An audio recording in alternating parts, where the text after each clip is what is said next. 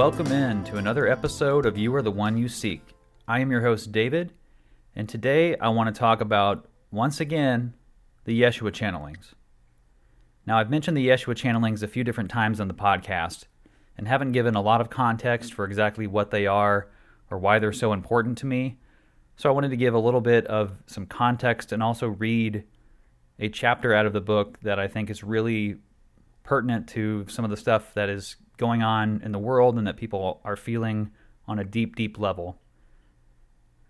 And essentially this was channeled material, which Jesus has come through multiple different people in the last few decades, channeling a message that is very similar yet very different than the Jesus we were raised with. And in fact, in the Jeshua channelings, the very beginning of it is Jeshua identifying how he wants to be viewed, how he wants to be received, and sort of the differences between the Jesus of the Bible and the Jeshua of these channelings. The Jeshua channelings came through Pamela, who is a Dutch woman, with the help of her husband, Garrett, and they have compiled a book called the Jeshua channelings, which was a snapshot of the channelings they were receiving in the early 2000s. Now, the book is split into private and public channelings. So there was just the channelings with Pamela and Garrett, and then there were the public channelings where Jeshua is speaking through Pamela and she is speaking to a group. And in the public channelings, Jeshua will usually address something that was a question in the group. And the main chapter I'm going to be reading is called Cosmic Birthing Pain, and it was part of the public channelings. But before I get to that, I'd like to read a little bit about just who is Jeshua, and this is part of the private channelings. Now, if you want more information about Pamela and Garrett and their other material, the recent channelings that they've been doing, because this is an ongoing thing. This isn't just the book came out and that was it. So you can go to www.jeshua.net, JESHUA.net. There was actually a channeling that just came out yesterday, March 10th, from Jeshua, and it was so beautiful and so perfect for what I needed to hear and what I was feeling in my heart. Just, it really spoke to me in a way that I can't articulate again. And it comes through like the gospel I was always waiting for. And of course, all of the walls get built up in my mind of, well, don't be fooled, don't be deceived by some new cult or new gospel or new way to look at Jesus. That's just another trapping of the religious minded. I had all these very cynical perspectives kind of gained from the last few years, mostly being a very hardened atheist.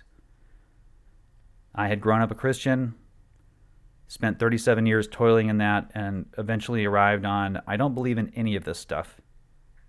And I really was not looking for a new message from Jesus. I was not looking to reinterpret the Bible. I was really just looking to be done and out and completely independent in my thoughts. But I always had this sliver in my mind and this opening in my heart for revelation and truth. And I did pray, Source, God, whatever you want to be called. If you're really out there, I am wide open to finding out all about who you are and how you operate. But please make it clear. Please make it evidence-based. And that's where NDEs stepped in and gave me evidence-based information. Story after story after story with the same basic central theme and things happening to these people, the same unification of love.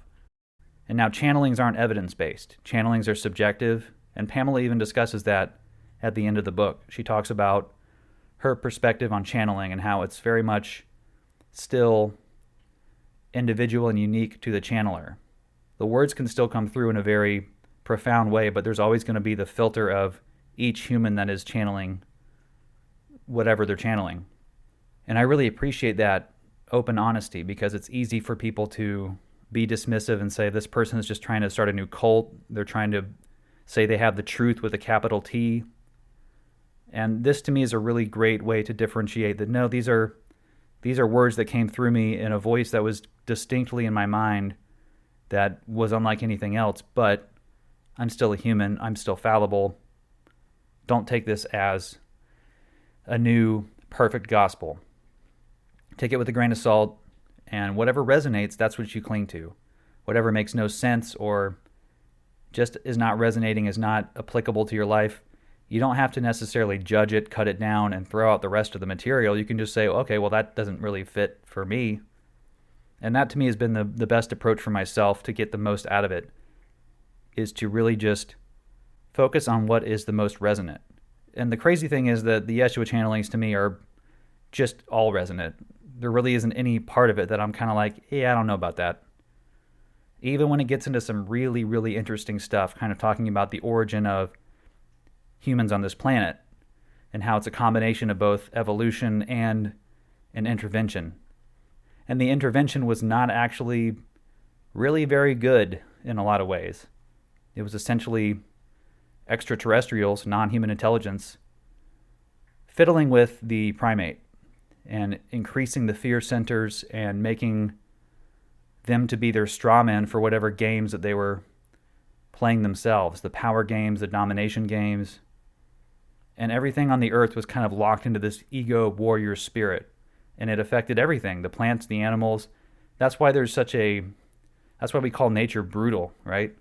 It's both beautiful and brutal because it's, in its original state, it's synergistic. And I don't think that even plants and animals have to take each other's life to survive. I don't know how that would work, of course, but I don't believe it was designed to be this food chain.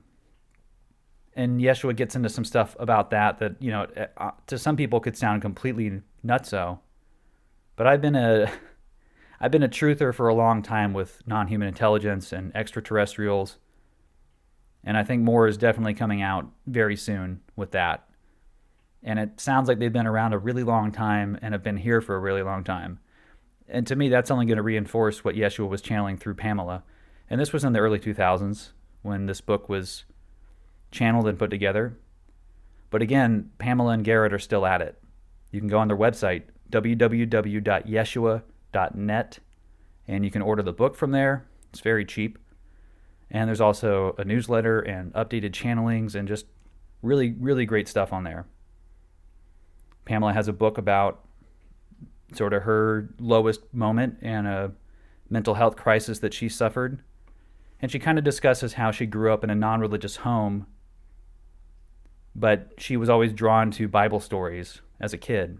But when she got to college, she kind of got onto the whole, yeah, maybe not. Maybe this is not the truth. Maybe this is actually irrational and dangerous. A very similar trajectory that a lot of us were on, where we were in some way raised with these faith ideas, whether directly or indirectly, and then had to challenge them through the lens of the way the world seems to work. And I think that's such a necessary step for a lot of people to unpack maybe the childlike innocence that they approached these ideas with and have to wrestle with them in a more direct and confrontational way. And it can be very painful. But then throughout all of that, Pamela was able to discover that there was still a connection there. And so she began to channel Yeshua, and she didn't understand really who it was at first. And she needed some guidance, some help, some support. And that's when she came across Garrett, who became her husband. And he's been very instrumental in helping her get the books written to be a support for her as she channels, to help deal with the doubts and fear of something of this magnitude and bringing it forward. And also he's helped a lot with the technical side of things.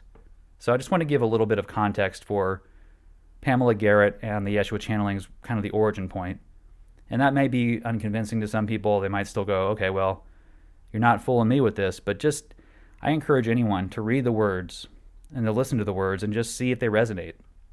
And if they don't resonate, again, just leave it. There's no pressure. No pressure from me.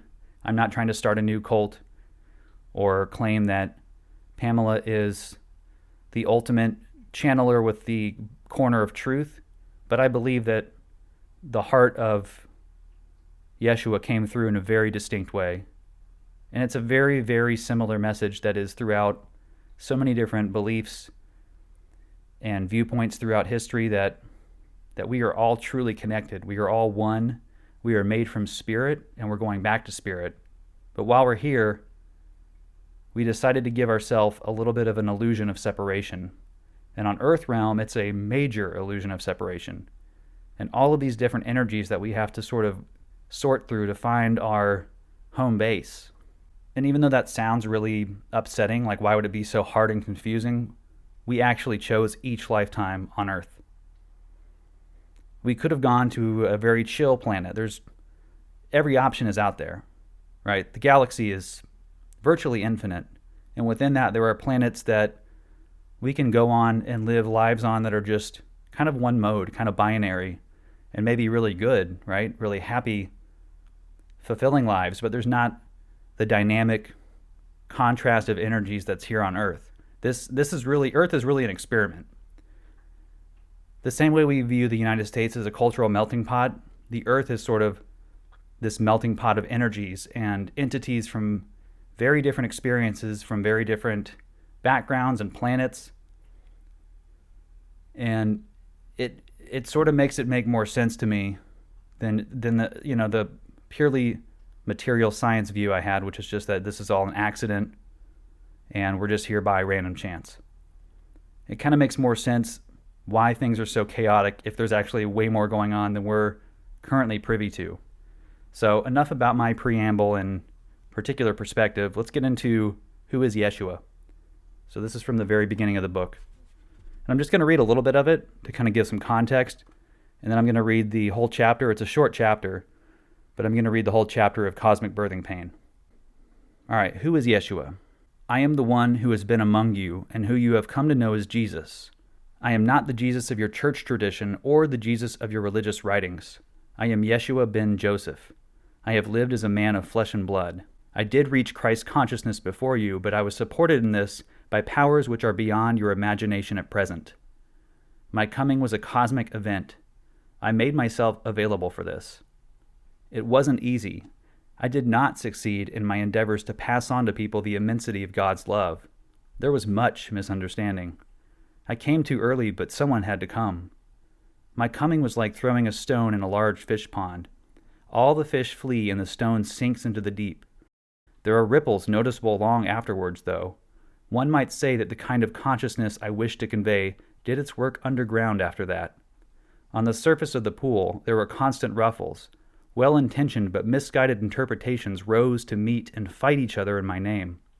The ones who were touched by my energy, moved by the impulse of the Christ energy, could not really integrate it with their psychological and physical reality. It has taken a long time before Christ consciousness could really set foot on earth, but now the time has come. And I have returned and speak through many, through all and to everyone who wants to hear me, and who has come to understand me from the quietness of their hearts. I do not preach and I do not judge. My sincerest hope is to speak to you of the vast and unfailing presence of love, accessible to you at any time. I am part of a much larger consciousness, a greater entity, but I, Jeshua, am the incarnated part of that entity or field of consciousness. I do not like the name Jesus much, for it has become so caught up with a distorted version of what I stand for. Jesus is owned by the church traditions and authorities.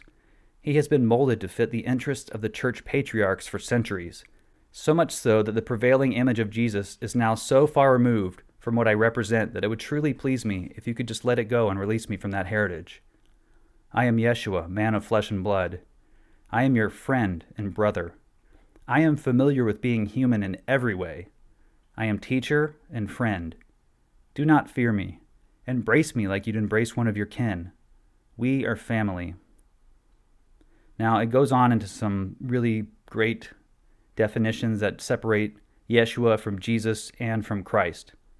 And Christ is basically the Christ energy or the love energy which Jeshua brought for us to tap into. And it's not like it was something that was outside of us. It's actually the future glory we attain after we go through all these cycles of misunderstanding. It's the alchemical, spiritual transformation of darkness into love. So right now we have light and dark. We're actually creating a new energy by transmuting that darkness into love, which is the Christ consciousness. So we didn't come here just to replicate things back home. We didn't come here to simply create chaos and go back home and that's it. We are creating entirely new consciousness and realities out of working through this illusion of being separate from Source. But there's all this pain associated, right? There's this deep pit of anger and pain and loneliness within us. And it seems like you can go through every trauma in your life and even love and forgive those and still kind of come to a place of, but there's still a deep sense of loss and separation here. And so I'm going to read the Cosmic Birthing Pain chapter, which really, to me, illustrates the very core of that pain. Not every single aspect of the pain we experience, because we create new scenarios in which we almost invent new kinds of pain and new levels of separation and loneliness. But the very core of it comes from just the moment we projected ourselves away from Source. We never left. We never actually left home. We never became somehow lower than we actually are. We just concentrated our light through a filter. And that filter is the trick of ignorance, which is the only way we could even create the illusion that we were separate. Because light and love can't even create darkness or separation or truly cut us off from anything. We have to do that ourselves, and we have to do it through a trick. So yeah, we're literally with Source right now, equal to Jeshua, equal to every person that you come across in your daily life. We are the same divine light, being refracted in an infinite prism. And so everything that we experience here will be redeemed, because there's nothing to really even be saved or redeemed from. We're already there. We're already good. And even just embodying a small piece of that here is so comforting, and really, for me, just helps deal with the absolute chaos and horror of life on this planet right now in so many aspects. And in other aspects, there's just so much good and wonderful love blossoming everywhere. We're just not seeing that on the news. It's not getting clicks. It's not selling advertising. Most of us are addicted to doom scrolling because that's playing on our fear center, which is the most powerful emotion we carry in this life. But we're here to transmute that. And so let me get into this chapter, and maybe it'll give a little more context on where this pain comes from. I should add that this chapter, Cosmic Birthing Pain, is part of the public series of channelings, which will make more sense when I read the first sentence. But this was, again, the book is split between private and public channelings, and so this one is definitely one of the public ones. So here we go. Dear friends, I am so happy to see you, and some of you have come from so far. I know who you are, and you are so dear to me. My journey is your journey, and I know your sorrows and pain from within. That is why I would like to share some of my insights into this long journey that you as souls have embarked on. I would like to take you to the beginning of this journey, all the way back to the beginning when you were born as souls in a reality that was new and unknown to you. I would like to take you to the very moment you started your journey through time and space, through material reality. This event lies a very long way back, but the emotions that go with it, the pain of being separated from home, are still very present in all of you. This cosmic birthing pain, as I call it, lies behind many of your everyday feelings and behaviors. Many of you are continually confronted with a sense of restlessness or unease within, the nagging notion that you are in search of something. There is an internal tension that comes from not being entirely at home with yourself. You do not feel comfortable or at home with your own being, your own essence. From this basic tension, the tendency arises to search for outside validation in the form of acknowledgement by others, material possessions, or whatever makes you feel loved and cared for. You constantly need something outside of you to reassure you, something that relieves the tension and says, "You are all right." Look at how often you crave this reassurance, and then you will know how tense you really are, how much pain there is inside you. I would like to speak to you about the origin of this pain and the ensuing addiction to outside validation. The real cause is like the center of an onion that has many layers around it. The outer layers are formed by certain events in your life which have caused you to feel hurt, restless, not at home within yourself. In the deeper layers closer to the core of the onion, there are events from other lifetimes that have been emotionally traumatic. Still, from the perspective I am now taking, these are only trigger points. If you peel away all the layers and get to the core, you will discover an original pain, an essential homesickness that is connected to the very beginning of your journey. Imagine yourself as part of an ocean of love, feeling safe and completely free from worry or anxiety. Imagine yourself being embraced by this all-pervading, loving consciousness, and not knowing anything outside of it. This is the energy of home, the energy you were born from. To understand the feeling tones of this ancient state, think of the consciousness you have when you drift away into sleep, when your mind releases control and your consciousness is very receptive. You also know the state in your earthly lives when you are an embryo in the motherly womb. When consciousness is in this gentle, blissful slumber, there is no clear distinction between inner and outer, no sense of me as opposed to you. In the embryonic, dreamy state of consciousness, there is a boundless sense of oneness and safety. In those ancient times, you as souls felt safe and boundless within a huge cosmic womb. At a certain point, however, something changed. You experienced a kind of tearing apart. It was as though birthing contractions rippled through your oceanic awareness and awoke you from your slumber. That was the beginning of your birth as individual souls. It is when you broke loose from this ever-present oneness that engulfed you that you experienced yourself as yourself for the first time. There was a rudimentary sense of I that was initiated in that very moment. The experience of being torn apart, of being separated from the cosmic womb, left you bewildered and disoriented. You were not in a state of knowing when this happened. You were purely in a state of experiencing. You started to blindly search for something to hold on to, a way of returning back to the safety you knew. You felt lost. You felt shut out. It was a moment of darkness. Nonetheless, the moment you tore yourself free from Prime Source and left home was at the same time a moment of immense creativity. It was the beginning of a grand journey of experience, of life. Imagine a dark, empty space, strange, vast, and nameless, lying before you. You entered this space as little seedlings. It was a space full of potentiality, full of possible experiences that were yet unknown. There was darkness, but there was also room for something new. Many of the emotions you had to deal with at the start of your cosmic journey are comparable to the emotions of a lost child that I spoke about last time. They are the emotions of a newborn baby who has to get used to a strange and unfamiliar reality that is utterly different from the semi-conscious slumber state it was in before. The image of the lost child, crying and bewildered, makes vividly clear the inner wounds with which you started your journey. During this journey, you have experienced a lot. You have taken on many forms, inhabited different bodies, and eventually you ended up here on planet Earth. Earth is a place of great creativity and many possibilities. Still, despite the possibilities available to you and the richness and depth of your experience, you continue to feel homeless. There is a sense of lack deep within, as if something is missing and you do not know what it is, but it is essential for you to feel good. What is missing is the very basic sense of love and emotional safety that you once knew in the cosmic womb. This unconditional sense of belonging and safety is essential for your well-being, for your self-expression and your sense of self-worth, and you have been looking for it ever since you left home. You have been trying to heal your cosmic birthing pain for a long, long time. What I would like to ask you now is whether you can recognize deep within yourself the original wound that was created when leaving home. Can you find within your own psyche the sense of being torn apart from an original whole? It is a state of wholeness or oneness that cannot be explained by the mind, but in your heart you can remember that you were part of it.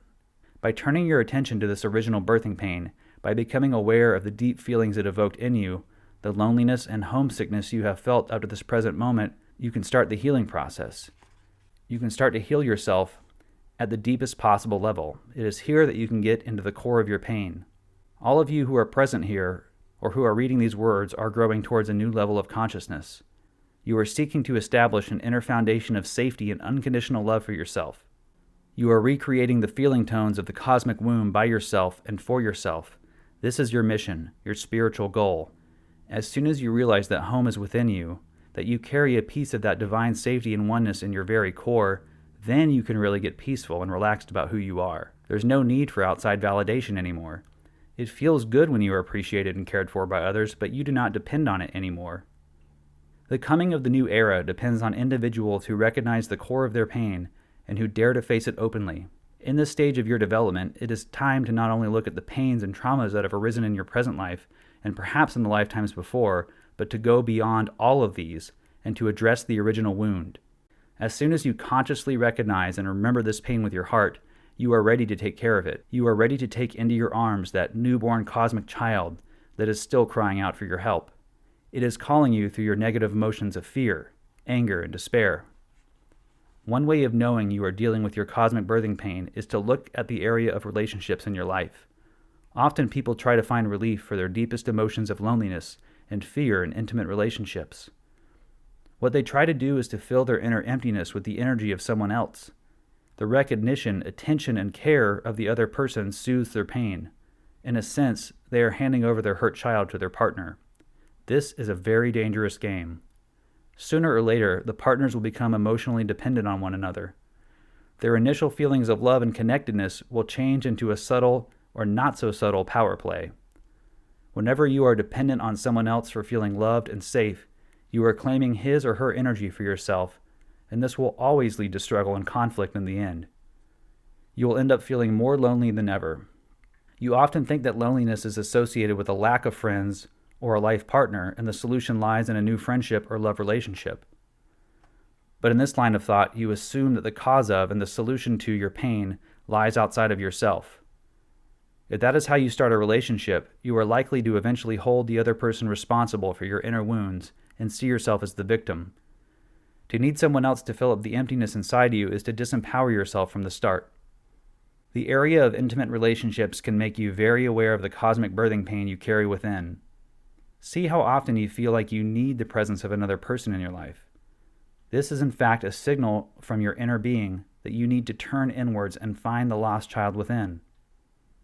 The solution to your loneliness lies in this turning inward, in the careful embrace of that precious child within that has carried the emotional burden for you.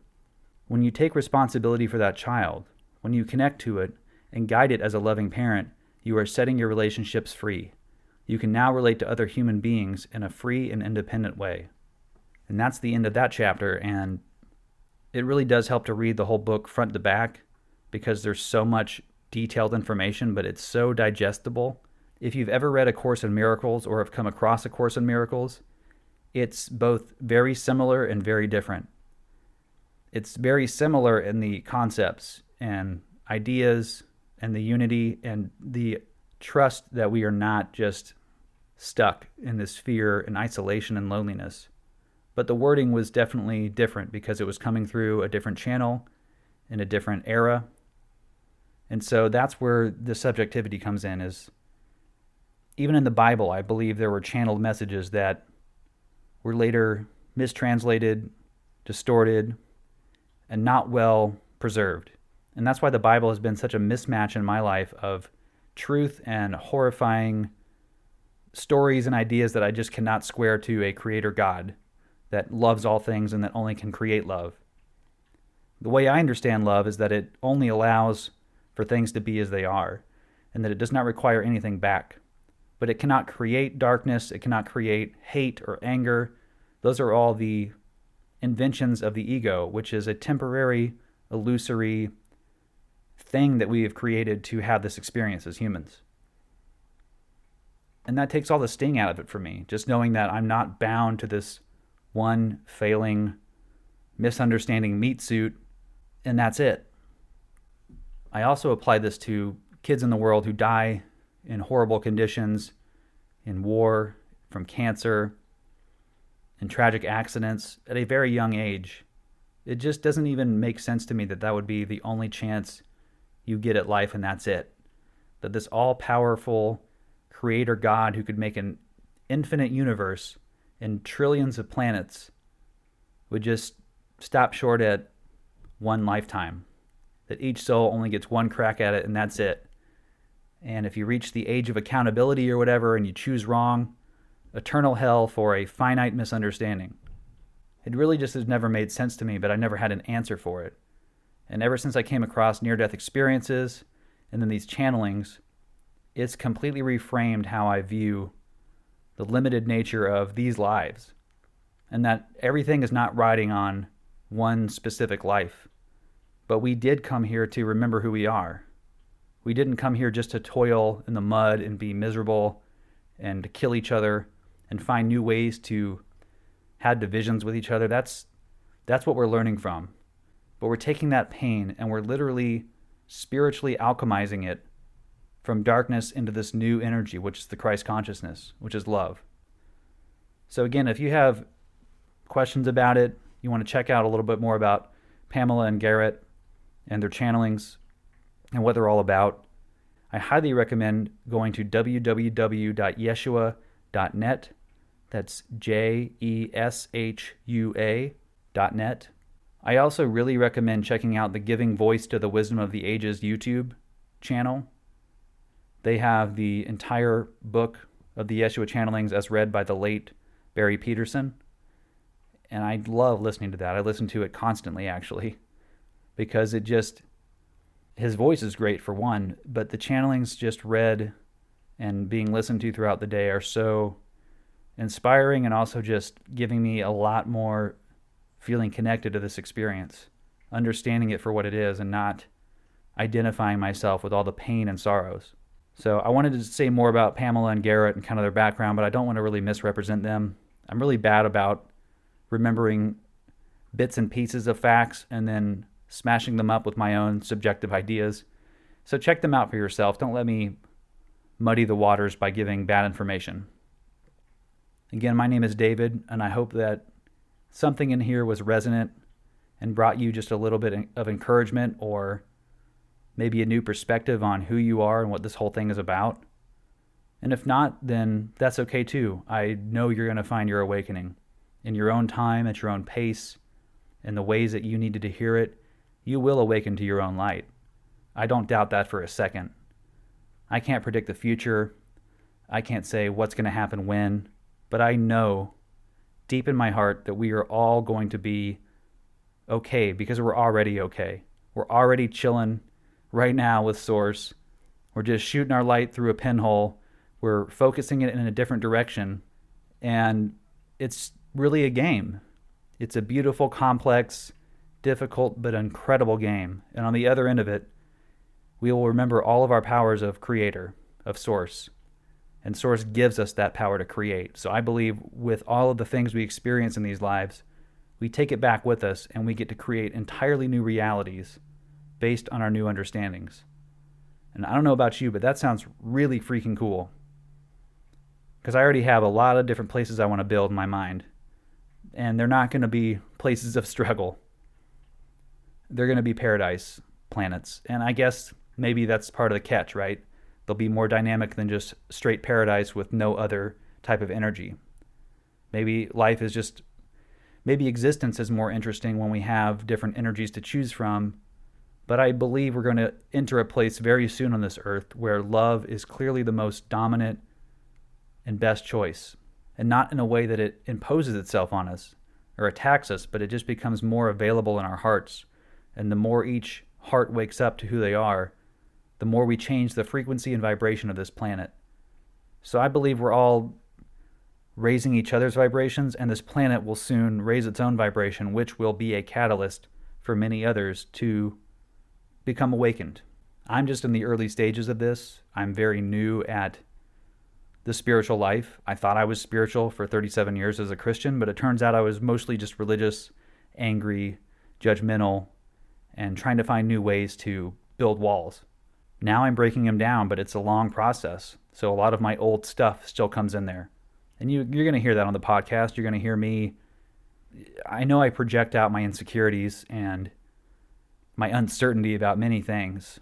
And honestly, it was kind of crippling to even try and consider releasing the first episode or each subsequent episode, because I hear all of my human thinking and failures and flaws just kind of surging to the front, looking for, therapy and help and relief. But this podcast is both meant to heal me and hopefully help heal others who are feeling isolated in their struggle and just feel like they're disconnected from the world around them and no one really gets their energy or understands them or appreciates their perspective. Like, I'm the guy who goes to a party and either thrives if people are kind of interested in talking to me, or I just wither. I'm in the corner and I just want to be left alone. But usually I'm in the corner feeling overwhelmed. The sensory input is too much. I definitely have anxiety and depression issues that make it very hard for me to be in hectic social situations, especially large crowds, and just to feel like comfortable or at ease or myself. So if you're anything like me and you just have a hard time fitting in on planet Earth, you're not alone, but you're also awakening. And just trust that. Trust that you are going to find the answers you need at the time you need them. They may not come through this podcast or through the Yeshua channelings or A Course in Miracles or whatever material you might come across. It might be a divine, intimate, personal interaction. It might be a dream that's so real you can't deny it. I mean, there's a lot of different ways we can be awakened to our light, but it will happen for all of us. And we truly are choosing the pathway to get there. You know, this idea that life is happening to you was so comfortable for me and such an easy place to feel victimized. And that's the way that we process things after the birthing pain. The cosmic birthing pain created this idea in our minds that we were separate. And we've created so many false realities out of that pain, but necessary to organically journey through all the choices we can choose to eventually realize why love is always the best, highest, and only creative vibration, the only true and real thing that's out there. Everything outside of love is completely illusory, in my opinion. Always my opinions. And with that, I'm going to go ahead and close it out. But if you have absolutely any more questions about the channelings or this podcast or anything, send me an email. youhavethekeys639@gmail.com. And you can find me on Instagram at youaretheoneyouseek. I hope you go in love and light. And remember again, the world is not happening to you. The world is happening for you. Namaste and take care.